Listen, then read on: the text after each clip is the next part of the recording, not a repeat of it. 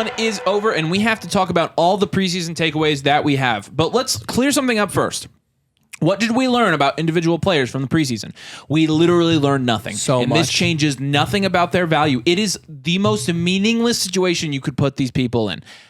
However, there are some things you can take away and some observations you can make, so we're going to go through each position and a lot of rookies and talk about the impacts they made for their teams during the first week of the preseason and how that could potentially have an impact, not that it does have an impact. So do us a huge favor first. Make sure you like the video. Make sure you subscribe to the channel. If you play Dynasty Fantasy Football, you're going to want to be here. We're going to have Dynasty content coming out leading up to the season, all season, and we're going to get you prepared for your rookie drafts next year as well. Head over to flockfantasy.com/domain. That's where all of our exclusive content is. And if you do the annual Mother Flocker tier on Flock Fantasy, you get one of these, which is a team blueprint. It's going to give you a current idea of what your team build is, some moves to make now, and a multi-year plan for your dynasty team as well. So like I said, flockfantasy.com/domain. Use code domain for 30% off, and you get all the other things on the side as well. It's a pretty good deal. The preseason does not matter. Let's let it marinate because you see things. And yes, I'm going to start this video like this. Listen, are you rooting for Justin Fields to do good? Yes, absolutely. I am rooting for Justin Fields to do good. I want him to do good. You are as well. You don't need to ask me. They know that. Whenever time you know, you're just so cool.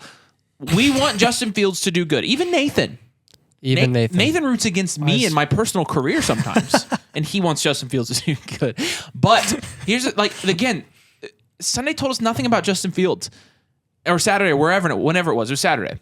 Nothing about Justin Fields. We didn't learn anything really about Devon Achane or Jahmyr Gibbs or Roschon Johnson. We're not going to victory lap these guys either. But let's look at some rookie running backs first. I'll let you start a little bit with rookie running backs and kind of how they did in their first action and what we can take away potentially from this that's not actually going to be an argument for or against somebody's dynasty value because it literally doesn't matter. Yeah. We're going to start here with kind of the group of small guys, right? We got Jahmyr Gibbs. Jahmyr Gibbs played some limited snaps with the Lions last weekend, but he had 6 carries for 19 yards. And the funny thing to me about that was there have been people saying, Jahmyr Gibbs, a waste of a draft pick. He can't handle more than 5 carries per game. He's never going to do that. Well, in a preseason game, they just gave him 6, so I'm going to assume that he's not really that fragile. Preseason doesn't mean anything for the workload he will get during the season. Yep. But if he was really so fragile that he can't handle more than 5 carries, they wouldn't have given him 6 in a preseason game. So I'm going to be willing to bet there's going to be plenty of weeks where he gets 6 carries. He also had 1 target for 19 yards, and he looked really good in pass protection while doing that. He had 3 or 4 snaps where he just stood up a bull rusher right in the face. Preseason, take what you want from that. But I thought he looked good. Yeah, I think more than anything, this is just a solidifier of what we already thought of Jahmyr Gibbs going into this season, and that's his skill set, being a really good receiving back, maybe one of the best that we've ever seen potentially down the line, and that he can be a very good runner as well. I mean, his average was incredible at Alabama. He was very efficient. I think this is just a solidifier. This should not bring his stock up or his stock down in any way. No. And it does not confirm our bias on Jahmyr Gibbs either. No. And Deuce Vaughn. Deuce Vaughn looked fairly impressive. Deuce Vaughn was better than Jahmyr Gibbs. On Saturday as well. And he was better than Jahmyr. If this actually means something, Deuce Vaughn is a top 12 dynasty running back, right? He had 8 carries for 50 yards and a touchdown. I mean, carry by carry, that's pretty freaking good, right? Yeah. I mean, that's just over 6 yards per carry, right? Yeah. And, he had a touchdown as well. He also had 3 receptions, only for 6 yards. But, man, for Deuce Vaughn, even against the second-string defense, even against the third-string defense, I mean, the guy's still playing against full-size NFL players, full-size college players. And, man, he looks explosive and he looks shifty as all get out. And, I mean, we knew how fast he was. We knew how talented he was as a rusher. But, my goodness, he was fun to watch. So that's kind of something I took away there is, Deuce Vaughn, I think he has a legitimate shot to make the 53-man. I think he probably will. Will he be that second running back? I'm not sure about that, and I'm not sure this changes anything about that. But, I mean, it was fun to watch him ball out. He's fun to root for, that's for sure. And he is super fun to root for. Talk about a player we want to succeed. And talk about a player we don't want to succeed. I'm just kidding. So Devon Achane, our next guy here, had 10 carries for 25 yards. This is math. 2.5 yards per carry.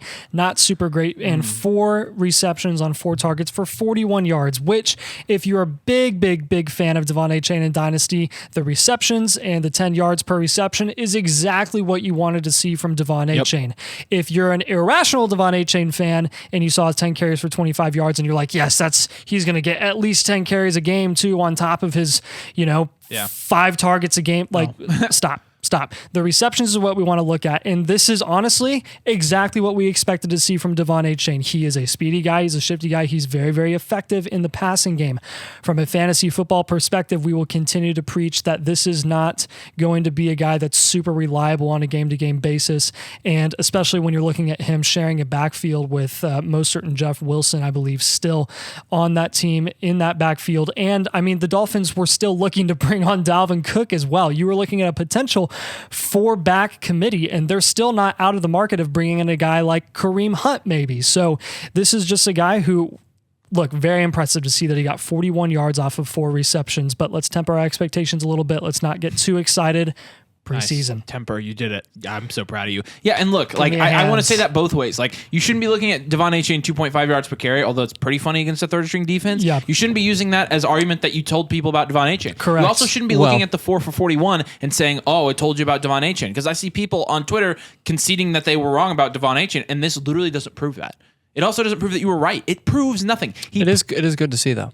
Yeah, but I mean that's why he was a 3rd-round running back. And he was, he's definitely their highest running back on the depth chart playing in that game. So you expect him to get the most work, and he's also a new guy. So Tank Bigsby also looked pretty good. Yeah, Tank Bigsby had 9 carries for 52 yards, and people are freaking out because he played a snap and he replaced ETN with the first string offense at one point, and it's like, a preseason game. Let's kind of reiterate here. This doesn't matter. We're just pointing out the guys who did well with the opportunities that they got, and it's not going to matter until they get through 3 weeks of the preseason and then they start doing it in the regular season. But if these guys were able to continue and keep this up, you're looking at a pretty good rookie running back class. So, like we said, Tank Bigsby, he was able to get out there with the offense, and he did some work, doing what we thought he could do. 9 carries, 52 yards. It's exciting to see. Yeah, you guys all know that we're notably low on ETN and Dynasty, but don't forget, even though Doug Peterson's lead back and his offenses are consistently averaging around 170 carries a season, the second guy behind that is usually 80 to 100 carries behind that, getting around 80 to 100 carries total for the season. So I don't think Tank Bigsby is really going to get that much opportunity. What are you laughing about? The way you phrased it was funny. Roschon Johnson's, you'll listen to it and you'll realize. Okay. Roschon Johnson's going to be the next guy on this list. Look, we're not going to, even though he only had 3.8 yards per carry, he's playing behind the second string O-line. He had 12 carries for 44 a lot of yards. Guys, yeah. Yeah, he had 4 targets, which was nice to see, and 3 receptions. We're not going around saying, we told you about Roschon, even though Roschon looked pretty freaking good. Roschon did a lot with the opportunity he was given. He's definitely going to be somebody to monitor as we get through the preseason and into the regular season to see how quickly he could potentially take over that Bears starting role, which is something we predicted before the preseason. So again, doesn't change much. The wide receiver position was a little bit more volatile and a little bit less flashy, I'd say, but we definitely had some guys that didn't do super hot and some guys getting some negative publicity, and I think that does start with Jamison Williams. Yeah, so Jamison Williams went 2 for 7 for 18 yards. Had some pretty good drops too. Yeah, he had a drop. Now listen, I'm not gonna tell again. Jamar Chase also dropped balls in the preseason, and we're not comparing Jamison Williams to Jamar Chase, but we're just saying this is how much it really matters in preseason when you're dropping balls. Can you really find the quote, the Dan Campbell quote? That is the funniest thing. Yeah, there's a really, this is really funny. With JMO, like, I don't think you should be shorting because of the preseason drops. Like, it's the preseason guys, but at the same time, like, this is 2 for 7 and 18 yards. I think JMO's going to have some of those games this year. That's just the type of player he is. He's going to be a boom or bust player for the most part. So, I still think that JMO's probably a good value right now in Dynasty. And the drops, if it pushes his value down at all, you should absolutely be going and getting him. Dan Campbell's a smash mouth head coach as well. So he is going to give touches to the guys that work the hardest and show out the most in training camp, in preseason, in the offseason. I mean, you saw that with Jamal Williams last year, who isn't the best talent ever, but I mean, he was one of the team leaders and one of the hardest workers there. So he got his own in that offense. If Jamison Williams keeps doing this consistently, especially, I mean, he does have more to prove than the others since he's missing the first 6 games of the season. He's probably going to be in Campbell's doghouse right when he comes back from that suspension. This can be a little bit of a concern for Jamison Williams going into the future. So yeah, absolutely. And Quentin Johnston's the next guy on this list. And QJ was 3 for 6 for 10 yards.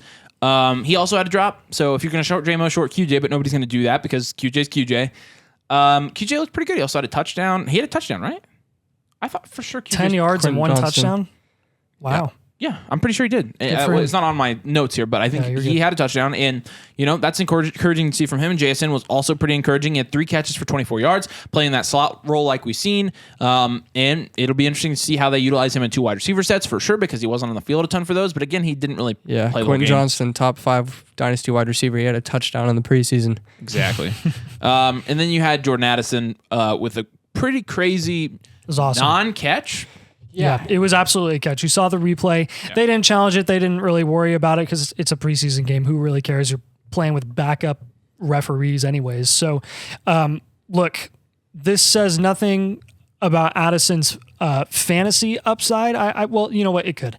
I think with him, you are, like we've been saying all offseason, Addison is one of the safest assets in fantasy and in Dynasty as a first-round wide receiver going into this year. And with him, I think he's shown, I mean, with that catch alone, you see how polished of a wide receiver he is going into this year, his rookie season, where he's going to be expected to fill the role of Adam Thielen. He's going to be taking a lot of that target share, and I'm really excited to see what he does in the Vikings pass-happy offense where Dalvin Cook is gone and Madison just doesn't have the receiving upside that Dalvin did. There's a lot of vacated targets there, and I think Addison's ready for it. Yeah. Talk about the quarterback, Simon. Start with Justin Fields. Yeah, Justin Fields, 3 for 3. He had 129 yards and 2 touchdowns, and those 2 touchdowns had to go along with them approximately 2 air yards. I heard it was 3. Yeah. So, it's cool to see Chicago's bringing weapons in for Justin Fields. Maybe it'll make his job easier, and based on Sunday, it made his job a lot easier. So that's exciting to see, but as Fields and his passing and him and his ability to lead an offense, when things get rough, I don't know if it says anything about him. Again, it's the preseason, guys. It's exciting to see. It's cool to see DJ Moore, blazing down the field with the ball in his hands. You should be absolutely ecstatic about that. Like, cool. I'm actually serious. You do, to your credit, you do have an actual wide receiver in Chicago now. But so it had happy. nothing to do with Justin Fields and his skill or ability as a passer. Yeah, but he has weapons now. Yeah, if you're pulling out his 159 quarterback passer rating, like, shut up, dude. Yeah, oh my gosh. That's probably the dumbest thing I saw this weekend. Yeah, I mean, Aiden O'Connell. Look, it doesn't. If Justin Fields had a bad game, we would not be using that against Justin. No, Fields. we wouldn't. No, absolutely not. Yeah. Trey Lance, 10 for 15 with 112 and a touchdown. He got sacked 4 times. He actually looked a lot worse than his stat line suggests. That's his note Simon put in here, and I 100% agree. Trey Lance, oh boy. I'll just throw this in this random video that we're doing about preseason, but I mean, Trey Lance, I actually think could end up being biggest bust the of all biggest time. bust of all time. Completely agree. I think we're getting to that point. Yeah. I'm really, really worried about Trey Lance. I have not been buying him for a while now. I will not buy him now, and I'm not selling him either. Like, at this point, it's probably like I'm going down with the ship. Like, cue the Titanic music, but but DTR for the Browns, he's looked pretty good in multiple appearances now. I mean, I mean, how significant is it? But he looked good again. Right. Yeah, I mean, he went 9 for 10 for 102 yards and a touchdown. And I mean, that's a significant enough volume where you're impressed with that. And I think he was a pretty solid athlete coming out of college. Oh, obviously. definitely. Yeah. But look, how much are you going to expect from DTR for the foreseeable future playing behind he's a backup, a fully guaranteed quarterback in Deshaun Watson? The only thing you're hopeful with DTR is maybe him being a deep stash. If you have a lot of taxi spots on your roster, pick him up, grab him, drop him on the taxi. If Deshaun gets hurt and he's stuck playing for the rest of the year, you're looking at a pretty solid situation. So yeah, that was my first analysis of DTR. I think you hit it right there. He's kind of like a Tyler Huntley, Lamar Jackson match with Deshaun Watson. I think he's a great scheme fit for the offense they're trying to run. And, you look at Jacoby Brissett and last year, how he was able to get into that Browns offense and make things run. I think DTR would fit with Deshaun Watson's skill set even better. But he's never, that's his upside. That's his ceiling there. But, if you have Deshaun Watson, sure, snag him, put him on your bench just like you do with Tyler Huntley. So yeah, pretty boy. Talk about Aiden O'Connell. Aiden O'Connell, yeah. Talk about limited upside. Aiden O'Connell has no athleticism to speak of. Trust me, I watched. I went to a lot of those games last year. Front row for him, yeah. He qualified. 15 for 18. He had 141 yards and a touchdown, no interceptions to go along with that. So he looked good. Honestly, maybe better than Derek Carr was last year. But again, it's the preseason. That's a pretty low bar, though. It really means nothing. I mean, I think you're looking at Aiden O'Connell, again, someone with really limited upside. But if you're pairing him with Jimmy Garoppolo, are their skill sets really that different? I think you're looking at a quarterback who's capable of reading defenses and of passing a lot of times in a game. And so it's interesting to see what the Raiders will do with him. But yeah, who cares if a QB's efficient in the preseason? Yeah, another situation, though, that you saw, last season when Derek Carr was benched and you saw Stidham come in, he ate in that offense. And if Jimmy Garoppolo, who is definitely not exempt from injury, if he gets hurt and he's out for a few games, you give Devontae Adams, O'Connell definitely has the ability to ball out for a few games. For sure. Yeah. For sure. So. Yeah, Anthony Richardson also has the ability to ball out all season long. He was 7 of 12 for 67 yards and an interception in his first game. And, should have had a touchdown with that throw. Had a drop touchdown, completed some intermediate range passes that looked fairly good. You can tell that the accuracy is still a work in progress with Anthony Richardson. But that being said, I think for, him, this being his 14th start college and professional ever, 14th, which is crazy. He is that young. He is that raw. I think he looks fine. I think he was serviceable. The interception obviously was bad, but again, he's probably nervous as heck. It's on his third throw. Isaiah McKenzie he said it was his fault. So take that for what it is. It's still on Anthony Richardson. He's the quarterback, but I think he looks serviceable. You saw him run the ball one time. I think he trucked somebody. It was pretty fun to watch. But Anthony Richardson, he looked poised. That's kind of what I wanted to see as well. And you saw that in college a lot, but he looked poised. I think they'll end up starting Anthony Richardson week 1. We didn't learn a ton about him on Saturday by any means, but definitely could have been worse, I think. So, and then Will Levis, who I don't think things could have been much worse for him. I'm just kidding. So William Levis, our guy, went to the second round to the Tennessee Titans, 9 for 14, 85 yards, a pick, and 4 sacks. Got absolutely obliterated in that game. I think with him, this is, again, just going to solidify the fact that he's not ready to step on that field until Ryan Tannehill gets hurt midway or more than midway through the season this year, if at all this year. I think Levis is a project quarterback. Honestly, at this point, even more than Anthony Richardson. I just don't trust him this year, but I still do like his value in Dynasty. He will get an opportunity at some point as an early second-round pick who really, he could have absolutely gone in the first. It's just how the board fell. So yes, with him, that really is all I have to say about that. That's all I'm taking away from Levis in the preseason. I do want to say, I do trust the Titans and, trust is a strong word there, I guess. But I think the Titans have shown even some progress in Malik Willis last year, because Malik Willis was someone who couldn't even stand in the pocket and deliver a ball. And the few times we saw him last year, in the preseason game, same game, he threw 25 times, 16 for 25, gave us 189 yards and an interception. But, I think if you see Will Levis, who's a better prospect, if you see him making the same sort of progress in a year, you could feel pretty good about that, because look what they've done with Malik Willis, and we all know how horrible he was last year. Yep, absolutely. Again, these outcomes, these stats from individual players should not be affecting your individual dynasty rankings. Do not let it affect your opinions of dynasty players.